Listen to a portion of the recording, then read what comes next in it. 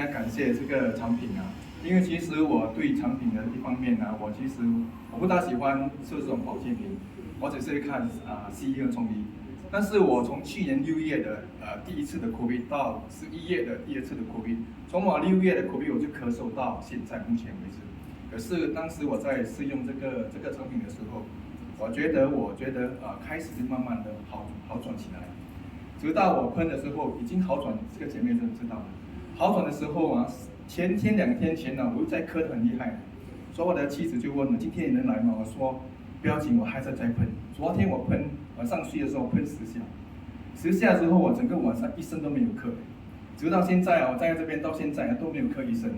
我感应到啊，这个产品啊真的是独一无二的，我要真的谢谢你。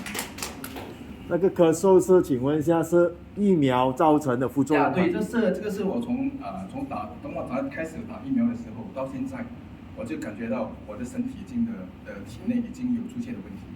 所以当我打第3次的时候，第4次新加坡叫我打的时候，我说我不要打了，因为我觉得我身体已经不适应这个东西，所以我觉得这个保健品能调整我身体里面一切的东西。好，谢谢大家。